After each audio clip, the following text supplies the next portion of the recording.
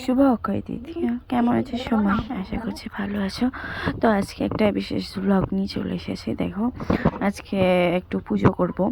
আজ first time, প্রথমবারের জন্য বাড়িতে আমাদের কৃষ্ণ রাধার মূর্তি কিনেছি, তো মূর্তিটা বসাবো।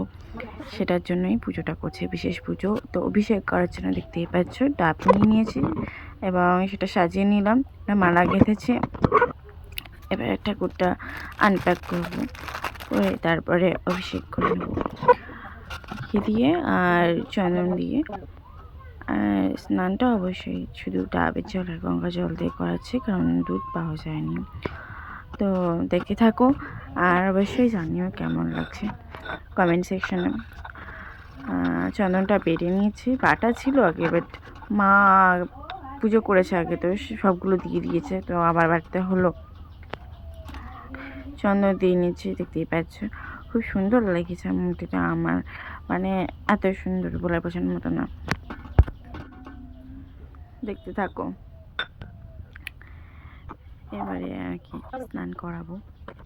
দেখতেই পাচ্ছ এখানে পঞ্চজবা, লাল জবা, আর আছে সাদা টগর ফুল, বেলপাতা আর তুলসী পাতা, তো এটা দিয়ে স্নান করাবো।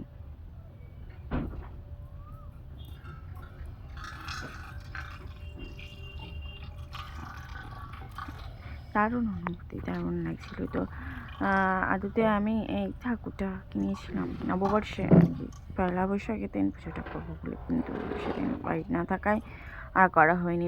যখন ফাইনালি বাড়ি এলাম তখন তারপরের দিনই বলছিলাম পুজোটা করবো, তো মা বললো যে এখন করিস না, ভালো একটা দিন আছে অক্ষয় তৃতীয়া, সেদিন করিস।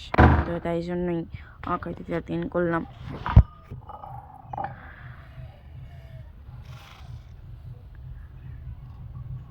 প্রণাম করছি এটা।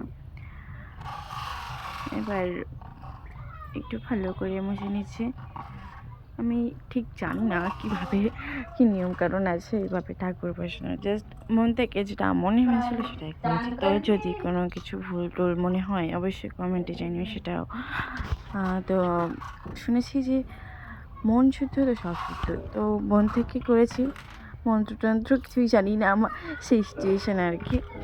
তো অবশ্যই জানি, কিছুই মনে করবেন না, ভগবান তিনি সবই জানেন। আমাদের মনের মধ্যে শুদ্ধতাই আসল।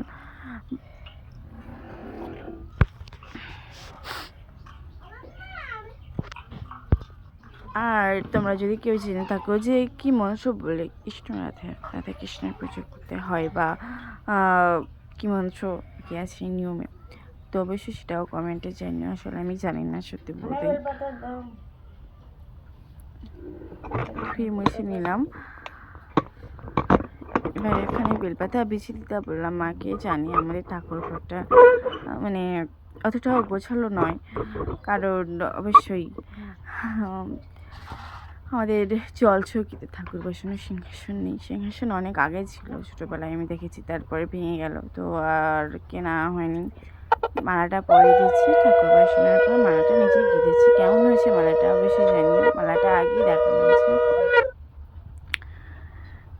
তো সাদা ফুল মানে টগর ফুল দিয়েই মালা গেঁথেছি, আর জবা ফুলও ছিল, বাট আমি মনে করলাম যে যেহেতু ঠাকুরের মূর্তিটা ছোটো, তো জবা ফুল দিয়ে মালা গাঁথলে পুরোটাই ঢাকা পড়ে যাবে আর কি, মুখটা দেখা যাবে না। তো ভাবলাম টগর ফুল দিয়ে মালা গেঁথে আর পেন্ডেন্ট মানে নিচের পার্টটুকু ওটা হচ্ছে জবা ফুল দিয়ে করি, তাই এইভাবে করেছিলাম।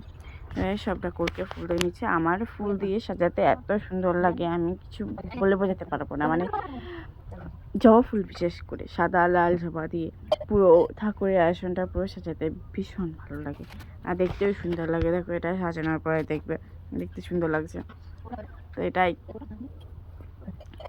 আর সেদিন সোমবার ছিল, তো ওই জন্য শিব ঠাকুরকে স্নান করিয়ে দিলাম। যে বাটাগুলো দিয়ে দিচ্ছি, মা এগিয়ে দিয়েছিল অনেকটা বাটাগুলো, ওই জন্য আমি একটু টেনে পিছিয়ে দিলাম। আর জায়গা খুবই স্বল্প, তাই তো ওই জন্য পাশে যে ড্রাম যার উপরে আর কি পিকচারগুলো রাখা আছে, ওগুলো হচ্ছে অ্যাকচুয়ালি গঙ্গা জলের ড্রাম। তো জায়গায় স্বল্পতার জন্য এভাবে রাখতে হয়েছে। জানি না কবে রিফর্ম করতে পারবো ঠাকুরঘরটা, অবশ্যই ইচ্ছা আছে ঠাকুরঘরটা সাজানোর। দেখা যাক কতদূর কী করতে পারি। আপাতত ছোট ছোট ইচ্ছাগুলো এইভাবেই আমি পূরণ করতে চাইছি। তো সবে শুরু করেছি, জানি না কতদূর কী হবে। অবশ্যই কৃষ্ণ চাইলে সব কিছুই সম্ভব। ওই দেখো সাজাচ্ছি, আমার এই সাজাতে ভীষণ ভালো লাগে। আরও আমাদের লাল জবা গাছটা আর কি পাশের গাছ কাটতে গিয়ে আর কি কেটে ফেলেছে। তো লাল জবা খুবই কম হয়, পাশের বাড়ি একজনের থেকে এনেছি যে লাল জবাগুলো আর কি মা কালকে দিয়েছে। নাহলে লাল আর সাদা দুটো ফুল মিলিয়ে সাজালে খুব সুন্দর লাগে আর দেখতে। এটা তো শুধু সাদা আছে, আরও অনেক ফুল গাছ ছিল আমাদের, কিন্তু কি বলবো, মানুষজন ফুল আর কি করতে গিয়ে ফুল তুলতে এসে ফুলের গাছ শুধু তুলতেই চলে যায়, ওই জন্য রাগ করে আর কোনো গাছ বসাই না। অনেক ফুল গাছ ছিল, আসলে আমাদের বাড়ি ঘেরা নয়, ফাঁকা জায়গায়, তো ওই জন্যই আর কি ফুল গাছ শুধু নিয়ে চলে যায়। ওই জন্যে টাকা দিয়ে ফুলের গাছ কিনে আর সেটা যদি গাছ শুধু নিয়ে চলে যায় তাহলে আর ভালো লাগে। তো এখানে ধূপ ধুনো দিয়ে নিয়েছি, মা প্রণাম করছে। এবার আমি একটু আরতি করব, মঙ্গল আরতি। তো তাই জন্যই ধূপ আর প্রদীপটা রাখার জন্য একটা থালা আনলাম, একসাথে আরতি করে দিয়েছি। এর মধ্যে দিয়েই পুজোটা শেষ করলাম আর কি। সত্যি বলতে জানি না নিয়ম কি কি আছে, যেটা মনে হয়েছে সে মন থেকে এটা করা উচিত সেটা করেছি। তো অনেকক্ষণই আরতিটা করেছিলাম, আমি স্পিডটা বাড়িয়ে দিয়েছি, ওই জন্য বসে যাচ্ছে না, অনেকক্ষণ ধরেই করেছি, প্রায় 5 মিনিট। প্রণাম করে নিচ্ছি। আর এই যেটা পরেছি স্কার্ট, লং স্কার্টটা, ওটা অ্যাকচুয়ালি পয়লা বৈশাখেরই জামা আমার নতুন, সেদিন ওটা পরেই পুজো করবো ভেবেছিলাম, কিন্তু হলো না। সেদিন অ্যাকচুয়ালি মামার বাড়ি গেছিলাম, ওখানে শিব ঠাকুরের গাজন উৎসব হয়। তো ওখানে ছোটো তারকেশ্বরের মতোই একটা জায়গা আছে যেখানে খুবই ভিড় হয়, জাগ্রত শিবের মাথায় জল ঢালা হয়। তো সেদিন নীল ষষ্ঠী বলে, তো নীল ষষ্ঠীর দিন ওখানেই ছিলাম, ঠাকুরের মাথায় জল ঢেলে ওখান থেকে মামা বাড়ি চলে যায়। মামা বাড়ি চলে যাওয়ার পরে যখন চলে আসতে গেলাম, আসতে দিলটা বললো চড়ক দেখে যাবি, তারপরের দিনেও তাই আসতে দিল না, কারণ বলছে পয়লা বৈশাখ এসে চলে যাবি না, তা কিছুতেই হবে না।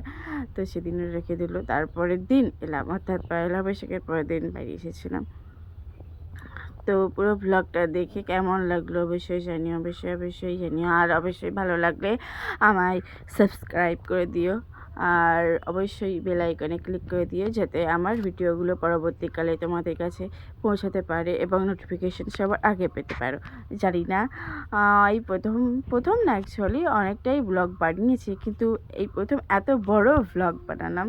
তো এই দেখতেই পাচ্ছ ঠাকুরের মূর্তিটা কি সুন্দর লাগছে, খুব সুন্দর লেগেছে আমার মূর্তিটা।